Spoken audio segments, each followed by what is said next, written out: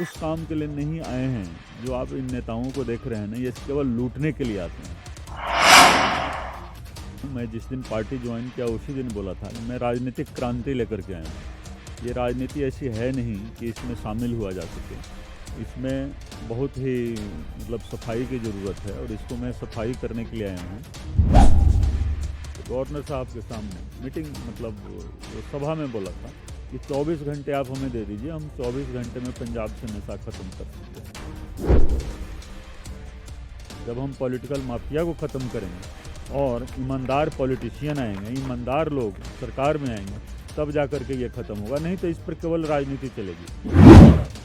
अगर स्कूलों में शिक्षा की प्रायोरिटी होती तो आज वो अध्यापक जो अनएम्प्लॉयड हैं या कच्ची नौकरी करते हैं, पुलिस की इतनी लाठियाँ ना खाते जो अकाली राज में भी खाते रहे, अब भी खाते हैं।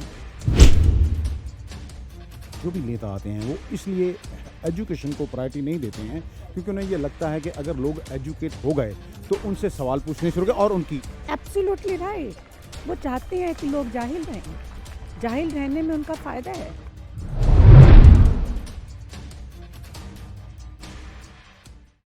D4 न्यूज़ के तमाम दोस्तों को दीपक भंडारी का नमस्कार। आज हम पहुंचे हैं छाटा में। ये स्कूल है बाल प्रेरणा शिक्षा केंद्र, गवर्नमेंट सीनियर सेकेंडरी स्कूल में स्मार्ट स्कूल है। यहाँ पर वो बच्चे पढ़ते हैं जो गरीब परिवारों से हैं, जिनके माँ बाप में इतनी समर्थता नहीं कि वो अपने बच्चों को पढ़ा सकें। ये एक स्कूल खास मकसद से शुरू किया गया था। इसकी जो नींव पत्थर रखा था ये जो स्वर्गीय सतपाल डांग और उनकी पत्नी धर्मपत्नी श्रीमती बिमला डांग इस मौके पर आज कार्यक्रम में विशेष तौर पर पहुँची हैं। प्रोफेसर लक्ष्मीकांता चावला और कुंवर विजय प्रताप सिंह, इनसे बात करते हैं। प्रोफेसर लक्ष्मीकांता चावला के साथ जी तुसी आज ਇੱਥੇ पहुंचे हो। स्कूल चलाया जा रहा है जिथे गरीब परिवारों के लोग पढ़ वो बच्चे पढ़ते हैं जिन्हों के माँ प्यो उन्होंने पढ़ा नहीं सकते। ऐसा है इस स्कूल में जहाँ वैसे तो ये गवर्नमेंट स्कूल है छठा, पर इस स्कूल में हमारे स्वर्गीय श्रीमती बिमला डांग जी और श्री सतपाल डांग जी ने उन बच्चों के लिए एक स्कूल शुरू करवाया था जो बच्चे स्कूलों में पहुंच नहीं सके या मजदूरी करते हैं या उनके माता पिता मजदूरी करते उनको भेजते नहीं थे, तो वो बिमला बहन जी ने और उनके सहयोगियों ने करके सारा प्रयास तो ये बच्चे स्कूल में लाए और उनको अच्छा पढ़ाया लिखाया। जो 2 घंटे के लिए स्कूल शुरू किया था वो फुल टाइम जितना बाकी बच्चे पढ़ते हैं उतना ही पढ़ते हैं। तो ये बिमला जी का और सत्यपाल जी का लगाया हुआ एक पौधा है जो देश के बच्चों को बना रहा है। और मुझे ऐसा लगता है कि जैसे मुझे परिवार ने बताया कि डांग साहब के 102 साल पहले वो पैदा हुए थे और हमने बचपन से जब भी देखा इन दोनों को छहट्टा में ही देखा। छहट्टा में ही इनका सेवा काल, नगर पालिका का प्रधान, विधायक बनना ये किया। इसमें कोई संदेह नहीं कि बिमला जी और सतपाल जी गरीब आदमी के लिए, कमज़ोर आदमी के लिए जिए। और मैंने उनको 1965 के आक्रमण में भी देखा जब चौक छहट्टा में बम पड़ा था तो कटे फटे लोगों के शरीर, शव, रोते परिवारों को संभालने में डांग दोनों ही सबसे आगे थे। तो उनको याद करने के लिए आज का कार्यक्रम है। ये देखिए, शिक्षा ही किसी भी देश की प्रगति के दवक होती है, लेकिन हमारी आपको क्या लगता है कि जो सरकारें हैं शिक्षा के की तरफ उनका ध्यान नहीं है? क्योंकि ऐसा कहा जाता है कई जगह पर बच्चे हैं, शिक्षक नहीं हैं, इमारतें बना दी गई लेकिन वहाँ पर टीचर्स की भर्ती नहीं की गई। नहीं, शिक्षा के बारे में तो मजाक कर रहे हैं। मैंने एक बार सेक्रेटरी पंजाब एजुकेशन को और डीओ अमृतसर को पूछा भी आपके स्मार्ट स्कूल की परिभाषा क्या है? कहते हैं यहाँ अंग्रेजी मीडियम होगा। मैंने कहा पंजाब की सारी नीतियों को एक करके केवल अंग्रेजी मीडियम अगर स्मार्ट स्कूल की परिभाषा है, लेक्चरर नहीं है, टीचर नहीं है, खेल का मैदान नहीं है, यहाँ तो स्कूल में है। ऐसे बहुत से स्कूल है जहाँ ये सब्जेक्ट दिया जाता है खेलों का, उनको पता होता है भी थोड़े नंबर थ्योरी के आ जाएंगे, प्रैक्टिकल के अपने आप ही लग जाने हैं। तो इस तरह अगर स्कूलों में शिक्षा की प्रायोरिटी होती तो आज वो अध्यापक जो अनएम्प्लॉयड हैं या कच्ची नौकरी करते हैं, पुलिस की इतनी लाठियाँ ना खाते जो अकाली राज में भी खाते रहे, अब भी खाते हैं। तो आपको क्या लगता है कि सरकारें एक सुनियोजित तरीके के तहत नहीं चाहती कि एजुकेट हो समाज, ताकि उनमें समझ आए और इनसे पूछें? मैं जितने साल विधानसभा में रही एक ही बात कहती रही कि सारी आप ख़त्म कर दो सब्सिडियाँ, एक दवाई और एक पढ़ाई। कोई हिंदुस्तान में पैदा होकर इसलिए ना अनपढ़ मर जाए कि वो पैसे नहीं हैं, और कोई इसलिए ना मर जाए कि उसके पास इलाज के लिए पैसे नहीं हैं। पर ये दोनों को ही अभी गवर्नमेंट प्रायोरिटी नहीं बना सकी, ना दवाई ना पढ़ाई। आपकी बात को सुना नहीं गया? मैंने सुनाई है, अब मेरा काम था, मैंने खूब सुनाई है। सुनाई, लेकिन उस पर इम्प्लीमेंटेशन नहीं हुआ। ये सरकार की नियत ही नहीं है, ना पढ़ाई ना दुआई, क्योंकि जो चुने हुए जनप्रतिनिधि है वो उनका परिवार का कोई भी बंदा बीमार हो जाए तो वो दुनिया के किसी भी अस्पताल में फ्री इलाज करा सकता है। इसलिए कहते हैं ना, घायल की गति घायल जाने। उनको तो कोई फ़र्क नहीं है, नेताओं को फ़र्क हम लोगों को पड़ता है। अच्छा, आपने एक हाल ही में आर्टिकल लिखा है जिसमें नेताओं की कथनी और करनी में फ़र्क में आपने बात की वो है। हमेशा ही रहा। आज़ादी के एकदम बाद के नेता जो है, वो जो कहते थे उसका महत्व समझते थे, उसका अर्थ समझते थे, वो करते थे। ऐसा कोई कॉन्ट्रैक्ट ला ही नहीं बनाया कि मैं आपको कहती हूँ मैं तेरा ये काम करूँगी, तुम मेरा ये कर दे, तुम मुझे वोट दो, मैं तुझे अच्छी सरकार दूंगा। वोट तो ले लिए, सरकार नहीं दी, इस पर केस ही कोई नहीं हो सकता। मतलब ये देखिए, हम देख रहे हैं, ये यहाँ पर वो बच्चे आए हैं, देखिए, जो जो बहुत गरीब परिवारों से हैं। शायद उनके, अगर ये स्कूल ना होता तो ये बच्चे भी, इनका भविष्य भी तबाह हो जाता। तो क्या सरकारों से आपकी क्या डिमांड है? भाई मेरी तो एक ही डिमांड है कि कोई अनपढ़ ना रह जाए, कोई बीमार बिना दवाई के ना मर जाए। दवाई दो और पढ़ाई दो, सब्सिडी कोई देनी है तो इसी पर दो, नहीं तो मांगी एक है। धन्यवाद जी। अब बात करेंगे कुंवर विजय प्रताप सिंह से। ये पूर्व आईजी हैं, इस्तीफा दे चुके हैं और अब राजनीति में शामिल हो गए हैं। नमस्कार कुंवर जी। नमस्कार जी, नमस्कार। आप आईजी से के पद से इस्तीफा दिया, आप छोड़कर राजनीति में आ गए। आपको क्या लगता है कि राजनीति में और जो अफसरशाही है, इसमें क्या अंतर है? नहीं, देखिए, मैं राजनीति में नहीं आया हूँ। मैं जिस दिन पार्टी ज्वाइन किया उसी दिन बोला था कि मैं राजनीतिक क्रांति लेकर के आया हूँ। ये राजनीति ऐसी है नहीं कि इसमें शामिल हुआ जा सके। इसमें बहुत ही मतलब सफाई की ज़रूरत है और इसको मैं सफाई करने के लिए आया हूँ। और जब साफ़ कर लेंगे तब हम कहें कि इसमें शामिल हुए हैं, और उसके बाद सभी लोग शामिल हो जाएंगे। तो मैं सफाई का काम कर रहा हूँ। ये एक क्रांति है, राजनीतिक क्रांति, पॉलिटिकल रिवॉल्यूशन। अच्छा, जब बात सभी ऐसे बढ़िया बढ़िया बातें करते हैं, जब चुनाव आ जाते हैं, सब लोग करते, सभी नेता करते हैं, एक दूसरे पर आरोप लगाया जा रहा है कि ये पंजाब को लूट के खा गया, लेकिन ये सब मिले हुए हैं।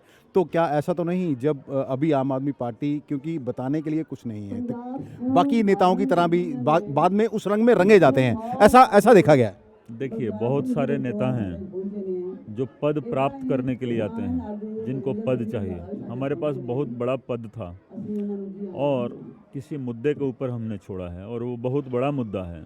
और आज की सारी पार्टियां, चाहे वो कांग्रेस पार्टी हो, कांग्रेस ए हो, कांग्रेस बी हो, क्योंकि कांग्रेस में दो पार्टियां हैं, एक सरकार है और एक पार्टी है, दोनों का आपस में तालमेल नहीं है। ये सभी लोग उसी मुद्दे के ऊपर राजनीति आज भी कर रहे हैं, चाहे बेअदबी का मुद्दा हो, बहबल कला कोटकपूरा का मुद्दा हो। तो जब कैप्टन साहब ने दोषी परिवार के साथ मित्रता कर ली और दोषी परिवार को फ़ायदा पहुंचाया, तो मैं उस प्रोटेस्ट के तहत मैंने नौकरी छोड़ी थी। बाद में हमने लोगों से सलाह मशविरा करके, विचार करके, और राजनीतिक क्रांति की तरफ आया हूँ। तो जब हम पद पर थे, बहुत बड़े पद पर थे, अभी 9 साल की नौकरी बाकी थी और बड़ा पद था, और भी बड़ा पद इसमें मिलना था, तो हम उस काम के लिए नहीं आए हैं। जो आप इन नेताओं को देख रहे हैं ना, ये केवल लूटने के लिए आते हैं। उसमें एक्सेप्शन है।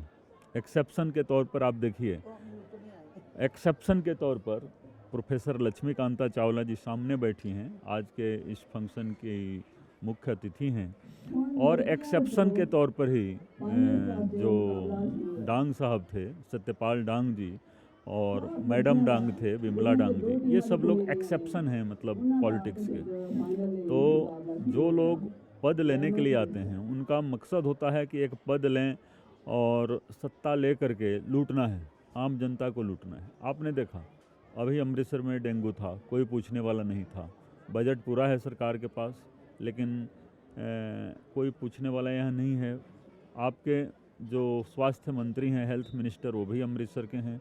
मेडिकल एजुकेशन मंत्री हैं, वो भी अमृतसर के हैं। कांग्रेस के प्रेसिडेंट, वो भी अमृतसर के हैं, लेकिन कोई किसी को पूछने वाला नहीं था। तो सरकार तो ऐसी होनी चाहिए ना कि जनता के बारे में सोचे।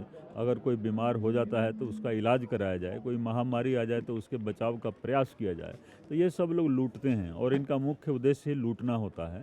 तो आपने देखा कि जब पंजाब में अशांति और क्राइम, गुंडागर्दी, गैंगवार ये सब चलता है, उस समय कांग्रेस के लोग क्या करते हैं कि सत्ता के लिए, कुर्सी के लिए लड़ाई लड़ते हैं।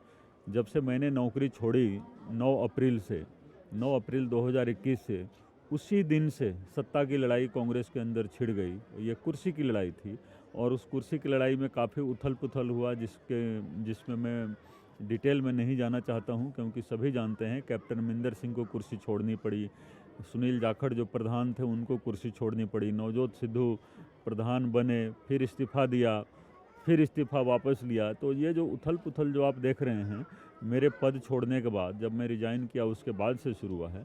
तो मैंने जो रिज़ाइन किया है ये एक त्याग है। मैं दोबारा आईपीएस की कुर्सी पर नहीं जा सकता हूँ। ये नेता लोग जो रिज़ाइन करते हैं मंत्री के पद से, एमपी एमएलए के पद से, ये कभी भी उस पद पर दोबारा जा सकते हैं। तो अगर मैं आया हूँ तो एक क्रांति लेकर के आया हूँ और ये क्रांति सफल होगी। और जब क्रांति सफल होगी तो पंजाब में सिस्टम राज करेगा, सिस्टम का राज होगा, आम लोगों का राज होगा और हर व्यवस्था मजबूत होगी, अच्छी होगी, जिसमें सभी लोग शांतिपूर्वक और सुखीपूर्वक काम करेंगे और हर तरफ खुशहाली रहेगी। हम इस सोच के साथ आए हैं। अंतिम सवाल है, देखिए नशा हर चुनाव में बड़ा मुद्दा बनता है। आखिरकार नशे के सौदागर हैं कौन? क्योंकि आप एक बड़े पद पर रहे हैं, आपके पास एसटीएफ की भी जो जिम्मेदारी रही है, शायद बाद में आपको उस पद से हटा दिया गया था। देखिए, ये पंजाब में जो नशा है ना, पिछले 20 साल का आप देखेंगे ना हिसाब, क्योंकि एक रिपोर्ट भी बनी थी गुरु नानक देव यूनिवर्सिटी से, मैं भी उस रिपोर्ट बनाने के मतलब उसमें सहयोगी के तौर पर था। 2006 में ये रिपोर्ट प्रकाशित हुई थी और गवर्नर साहब जो थे उस समय के पंजाब के, उन्होंने उस रिपोर्ट को प्रकाशित किया था, रिलीज किया था। वहाँ भी मुझे 5 मिनट बोलने का मौका मिला था, तो मैंने उनको यही बोला था भरी सभा में कि जब माझी नाव डुबोए तो कौन बचाए। मैं नशे के बारे में बोल रहा हूँ। और उस समय प्रोफेसर एसपी सिंह जो वाइस चांसलर थे, उन्होंने बार बार मेरे इस लाइन को, जब भी पत्र पत्रिकाओं में कोई लेख लिखते हैं तो वो उस चीज़ का जिक्र करते हैं। मैंने कहा था कि आप 24 घंटे हमें दे दीजिए। गवर्नर साहब के सामने मीटिंग मतलब वो सभा में बोला था कि 24 घंटे आप हमें दे दीजिए, हम 24 घंटे में पंजाब से नशा ख़त्म कर सकते हैं। कारण क्या है कि जब माझी नाव डुबोए तो कौन बचाए। नशा जो है उसमें सबसे ज़्यादा पैसा है। तो आपके पॉलिटिशियन लोग हैं, वो पॉलिटिशियन लोग नशे का कारोबार करते हैं। तो ये जो ड्रग माफिया है ये पॉलिटिकल माफिया है। तो पॉलिटिकल माफिया और ड्रग माफिया इकट्ठा हो गया है, इसलिए पंजाब में पिछले 20 सालों से ये प्रॉब्लम सबसे ज़्यादा है। तो हमें इस पॉलिटिकल माफिया को ख़त्म करना पड़ेगा। जब हम पॉलिटिकल माफिया को ख़त्म करेंगे और ईमानदार पॉलिटिशियन आएंगे, ईमानदार लोग सरकार में आएंगे, तब जा कर के ये ख़त्म होगा। नहीं तो इस पर केवल राजनीति चलेगी। जब पिछला इलेक्शन हुआ 2017 में, तो कैप्टन अमरिंदर सिंह ने बोला था कि हम 4 हफ्ते में नशा ख़त्म कर देंगे। मेरी उस समय नियुक्ति हुई लुधियाना पुलिस कमिश्नर के रूप में। जब हमने 4 हफ्ते में नशा ख़त्म कर दिया, क्राइम ख़त्म कर दिया, तो माफिया के दबाव में 5वें हफ्ते में बदली हो गई। ठीक है, कैप्टन अमरिंदर सिंह दबाव में आए, बदली उन्होंने कर दी। पंजाब पुलिस एक्ट अलाउ नहीं करता है कि 1 साल से पहले पुलिस अफसर की बदली हो, कमिश्नर रैंक के पुलिस अफसर की बिना कारण बदली। तो आप सोच सकते हैं कि यहाँ माफिया का राज है। तो हर तरह का माफिया सक्रिय है, जिसमें ड्रग माफिया सबसे ऊपर है। वैसे रेत माफिया भी, मतलब शर्म की बात होती है कि रेत माफिया भी यहाँ है, केबल माफिया यहाँ है, ट्रांसपोर्ट माफिया यहाँ है, लैंड माफिया यहाँ है, लिकर माफिया यहाँ है। तो यहाँ माफिया की ही सरकार चलती है। तो माफिया सरकार को हमें बदलना पड़ेगा, कुर्सी से उतारना पड़ेगा, जनता का राज ले आना पड़ेगा और जो राजनीतिज्ञ हैं उनको सेवक के रूप में काम करना पड़ेगा। तब जाकर के सही अर्थों में जो आज़ादी की लड़ाई लड़ी गई थी, सुभाष चंद्र बोस, महात्मा गांधी, सरदार भगत सिंह और दूसरे क्रांतिकारियों ने जो जिस सोच के साथ इस देश को आज़ाद कराया था, उस सोच को हम कामयाब कर सकते हैं, उस सोच को हम सार्थक कर सकते हैं। जी, एक आपस में आरोप लग रहे हैं। ये नवजोत सिंह सिद्धू ने कुछ दिन पहले, 2-3-4 दिन पहले ये कहा था कि मैं देही दान पे लगा दूं, मतलब प्राण त्याग दूंगा अगर कार्रवाई नहीं होती है नशे के सौदागरों के ऊपर और माफिया के ऊपर। देखिए जी, नवजोत सिंह सिद्धू एक बहुत ही सुलझे हुए नेता हैं, लेकिन जिस तरीके से वो बयानबाजी कर रहे हैं, मुझे नहीं लगता है कि ऐसे बयानबाजी उनको शोभा देता है। अब सरकार उनकी है, जिस पार्टी के वो अध्यक्ष हैं, स्टेट प्रेसिडेंट हैं, उसी पार्टी की सरकार है। और मान लीजिए कि जब पार्टी प्रेसिडेंट को चिट्ठी लिखनी पड़े चीफ मिनिस्टर को कि ये काम करो, इससे साफ जाहिर होता है कि पार्टी का सरकार के साथ कोई तालमेल नहीं रह गया। तो इसलिए हमें मतलब बहुत ही शर्म आती है ये देख करके कि ये किस तरह का सिस्टम इन्होंने लागू किया है।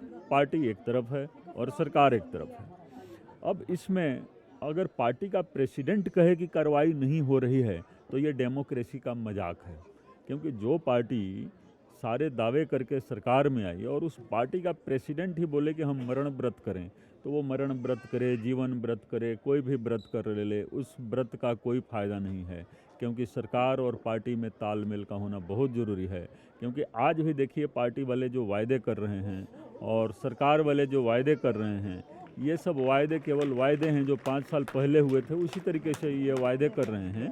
तो कहने का मतलब कि इस तरीके की राजनीति नहीं होनी चाहिए। ये डेमोक्रेसी के नाम पर एक कलंक है इस तरह का। एक अंतिम सवाल है, केजरीवाल साहब आते हैं, गारंटी दे जाते हैं, ये कहा जा रहा है कि पंजाब में क्या नेता, आप बैठे हैं, आप भी गारंटी दे सकते हैं, और भी नेता हैं आम आदमी पार्टी के जो गारंटी दे सकते हैं, क्या केजरीवाल ही क्यों यहाँ पर बार बार आते हैं और गारंटी देते हैं? नहीं, केजरीवाल साहब ने तो केवल देखिए 3 गारंटियाँ दी हैं। 3 गारंटियाँ दी हैं, जो एक बिजली की गारंटी थी, एक हेल्थ सर्विसेज की थी और एक महिला सम्मान योजना के तहत 1000 रुपया प्रति महीना देने की। उन्होंने तो 3 गारंटियाँ दी हैं। हमने तो आप देखिए 50 से ज़्यादा गारंटियाँ दी हैं। हम रोज़ ही गारंटियाँ यहाँ देते हैं। गारंटी इसलिए कि वायदा करते करते और वायदों को सुनते हुए और देखते हुए जनता थक गई है। तो अरविंद केजरीवाल जी वो गारंटी देते हैं जो वो दिल्ली में कर चुके हैं। यहाँ मैं लॉ एंड ऑर्डर की गारंटी देता हूँ, पुलिस सुधार की गारंटी देता हूँ। तो गारंटी ये नहीं है कि केवल वही दे रहे हैं, उन्होंने 3 गारंटियाँ ही दी हैं। तो आप देखें कि पंजाब में सबसे बड़ा प्रॉब्लम जो है ना, ये नशे का प्रॉब्लम है, आप खुद ही कह रहे हैं। तो हम नशे को भी ख़त्म करने की गारंटी मैं दे रहा हूँ। कानून व्यवस्था की स्थिति ठीक करने की गारंटी मैं दे रहा हूँ, क्योंकि मैं ठीक कर चुका हूँ। जब अमृतसर में था तो भी कानून व्यवस्था ठीक थी, जब जलंधर कमिश्नर बना वहाँ भी हमने ठीक किया, जब लुधियाना कमिश्नर गया वहाँ भी ठीक किया। तो ये हम कर चुके हैं, इसलिए हम गारंटी देते हैं कानून व्यवस्था की स्थिति ठीक करेंगे, पुलिस में व्यवस्था में सुधार ले आएंगे, खास करके महिलाओं की सुरक्षा को यकीनी बनाएंगे। ये चेन स्नैचिंग, पर्स स्नैचिंग, जो व्यापारी हैं उनके साथ लूट खसोट जो होता है, गैंग वार है, इन सब चीज़ों से छुटकारा दिलाने का मैं गारंटी देता हूँ। इसके अलावा आप देखेंगे कि जैसे केजरीवाल साहब आए थे, अमृतसर भी आए थे, तो मैं स्टेज से मैं भी गारंटी दिया था। जैसे लोगों ने कहा कि एनओसी में बहुत ज़्यादा मतलब रिश्वतखोरी होती है और समय लगता है, तो मैंने स्टेज से केजरीवाल साहब के सामने मैं खुद ही गारंटी दिया। आपने कवर किया हुआ है, आप दोबारा देख सकते हैं, यूट्यूब पर है। हमने कहा कि एनओसी की कोई ज़रूरत नहीं है। केजरीवाल साहब की हाजिरी में मैंने ये गारंटी दी थी कि आप एप्लीकेशन दीजिए, फीस जमा कीजिए, अपना कारोबार शुरू कीजिए। तो गारंटियाँ हम दे रहे हैं, मतलब ऐसा नहीं है। वो तो सिर्फ 3 गारंटी दिए हैं, बाकी हम ही गारंटी दे रहे हैं और यहाँ हम ही काम करेंगे। गाइडेंस, मार्गदर्शन उनका जरूर रहेगा, क्योंकि दिल्ली में एक मॉडल उन्होंने बनाया है, अच्छा काम किया है, तो उनका गाइडेंस ज़रूर रहेगा। लेकिन यहाँ पर हम ही काम कर रहे हैं और हम ही यहाँ काम करेंगे। हमारे स्टेट के लीडर हैं, बहुत सारे लीडर हैं और बहुत अच्छा काम कर रहे हैं। यहाँ सरकार बनने दीजिए और फिर देखिए, क्योंकि हमें पहले दिन से काम करना शुरू कर देना है। जनता की निगाह पहले दिन से ही हमारे ऊपर होगी, इसलिए आने वाला वक्त बताएगा। तो केजरीवाल साहब का मार्गदर्शन हमें मिलता रहेगा और उनके मार्गदर्शन में हम काम करेंगे। वो इसलिए क्योंकि दिल्ली में उन्होंने बहुत सुंदर काम किया है, एक मॉडल बना दिया है, एजुकेशन सिस्टम का मॉडल बना दिया है, बिजली का जो है वो भी उन्होंने बनाया है। उन्होंने हेल्थ सिस्टम, मोहल्ला क्लिनिक से लेकर के बड़े बड़े हॉस्पिटल्स में सुधार ले आए हैं और वहाँ के सरकारी हॉस्पिटल अच्छा काम कर रहे हैं, जनता वहाँ बहुत खुश है। तो उस मॉडल को लागू करने में हम उनका जो अनुभव है उसका इस्तेमाल करेंगे। और पंजाब की स्थिति काफ़ी, आप देखें कि एक बड़ा स्टेट है और फुल फ्लेज स्टेट है और यहाँ की जो भी समस्याएं हैं उन समस्याओं को हम सभी मिलजुल करके दूर मतलब हल करेंगे। यहाँ सबसे बड़ी बात यह है कि जो जनता है ना, हमारा यही मकसद है कि शासन जनता का हम लेकर आएँ। हाई कमांड हमें जनता को बनाना है, पावर सेंटर हमें जनता को बनाना है। केजरीवाल साहब ने खुद बोला है, व्यापारी वर्ग की जब मीटिंग ले रहे थे तो उन्होंने कहा कि हुक्म देने का काम, ऑर्डर देने का काम आपका होगा और लागू करने का काम हमारा रहेगा। तो इसमें ये बात है कि हमारे सिस्टम में जनता सर्वोपरि होगी। We the people of India से यह हमारा संविधान शुरू होता है। हमें सही मायने में संविधान को लागू करना है। We the people of India को एम्पावर करना है, उन्हीं को पावरफुल करना है। Thank you. धन्यवाद हमारे साथ बात करने के लिए। कुंवर विजय प्रताप सिंह पुलिस की नौकरी छोड़कर राजनीति में आए। इनका कहना है कि राजनीति इतनी गंदी हो चुकी है, उस राजनीति को साफ करने के लिए और राजनीति में क्रांति लाने के लिए वे राजनीति में आए हैं। इन्होंने और बहुत बड़ी बात कही है, अगर पुलिस को, इन्होंने खुद कहा था एक मीटिंग में, अगर पुलिस को ताकत दे दी जाए तो 4 हफ्तों में पंजाब से 24 घंटे में नशा खत्म हो जाएगा। लेकिन नशा हर बार चुनाव में बड़ा मुद्दा बनता है। अब हम बात करेंगे सतपाल डांग की पुत्रवधू के साथ, मधु डांग के साथ, उनका क्या कहना है। मधु जी, थोड़ा बताएंगे ये स्कूल किस मकसद से शुरू किया गया था, तो आप क्या सरकार इसको एड दे रही है या आपको कुछ एनजीओ ऐसी हैं जिनसे मदद लेकर इस स्कूल को चलाना पड़ रहा है? मैं तो कोई किसी की मदद से ना लेती हूँ ना चलते हैं। जो हमारे मतलब चाचा जी और चाची जी थे, सत्यापाल डांग, विमला डांग, उन्होंने ही जब अपना सब कुछ मतलब स्कूल के लिए या मतलब स्त्रियों के लिए उन्होंने दे दिया, उन्होंने ही कुछ सरकार से उम्मीद करी। तो मैं तो इन चीज़ों को नहीं मानती। मुझे लगता है कि हम उतना करें जितना हम कर सकते हैं, और हम ये सोचें कि हम ये बन के चले कि हम अच्छे हैं, तो दुनिया में एक बुरा आदमी कम हो जाएगा। और रहा सवाल स्कूल के इन बच्चों का, इसके पीछे एक ही कारण है कि जो शिक्षा है ये जहालत को ख़त्म करती है, और स्त्रियों की शिक्षा बहुत ज़रूरी है।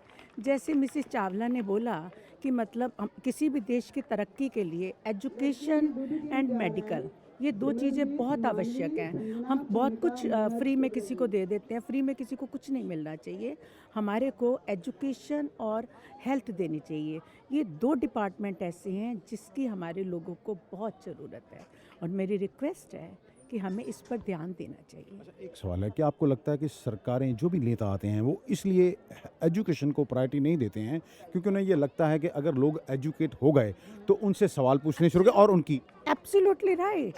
वो चाहते हैं कि लोग जाहिल रहें, जाहिल रहने में उनका फ़ायदा है। बाकी तो लोगों के बच्चे तो जो है ना फॉरेन में पढ़ते हैं, वो अपनी हेल्थ प्रॉब्लम्स के लिए भी फॉरेन कंट्री जाते हैं, वो यहाँ क्यों नहीं कराते। तो मुझे लगता है हमें सिर्फ ये मान के चलना चाहिए, ना हिंदू है ना मुसलमान है, ना हिंदू है ना मुसलमान है, गर्व से कहो हम इंसान हैं। Thank you. तो कितने बच्चे अभी यहाँ पढ़ रहे हैं? इस वक्त 22-24 बच्चे हैं। जो चाची जी का जो किया हुआ था स्कूल था उसमें हैं। उनका प्रोग्राम करवाने के लिए हम मेरठ से आए हैं। हमारा दिल था कि हम चाचा जी को उनकी याद में मतलब कुछ करवाएं जिससे बच्चों का हौसला बढ़े। तो इस सारे को करने के लिए मैं खुद भी सोशल वर्क करती हूँ, पर इस काम को करने के लिए मेरठ से मैं और मेरे हस्बैंड यहाँ आए हैं। हमारे से बात करने के लिए ये थी मधु डांग, सतपाल डांग के भाई की जो पुत्रवधू हैं उनकी। इनका कहना है कि जो यहाँ पर सरकारें, नेता हैं, वो नहीं चाहते हैं कि लोग पढ़ जाएं और अपने अधिकारों के प्रति जागरूक हों, क्योंकि पढ़ जाएंगे तो वो अपने अधिकारों के लिए उनसे हिसाब मांगना शुरू कर देंगे, जो नेताओं को गवारा नहीं है। अमृतसर से D4 न्यूज़ के लिए दीपक भंडारी की खास रिपोर्ट। ज्योति मैडम ने रिक्वेस्ट है।